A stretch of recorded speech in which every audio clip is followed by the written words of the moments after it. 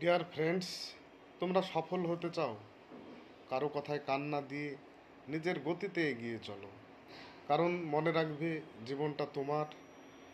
মানুষ তুমি ভালো কিছু করলেও বলবে যে কাজটা আরেকটু ভালো হলে ভালো হতো। আবার যদি তুমি কিছু না করতে পারো তাহলে বলবে অকর্মা।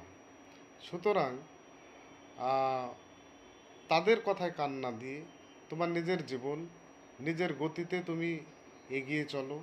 নিজের যে টার্গেট, সে টার্গেট পয়েন্টে ফোকাস করে এগিয়ে চলো। আমার মনে হয় এটাই আমাদের করা উচিত।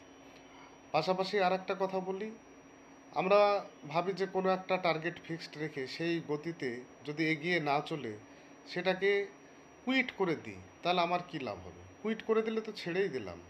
কিন্তু বুদ্ধিমান লোক কখনো কুইট করে না। একটা ইংরেজিতে ভালো কথা আছে, আ successful man does the same thing but in a different way. অর্থাৎ সফল মানুষ আলাদা কোনো কাজ করে না, একই কাজ করে কিন্তু আলাদাভাবে করে।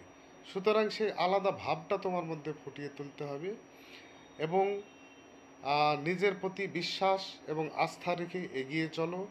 নিন্দুকের কথায় কান দেবে না। নিন্দুকের কাজ নিন্দা করা, তারা তোমাকে এগিয়ে দেওয়ার জন্যে বসে নেই।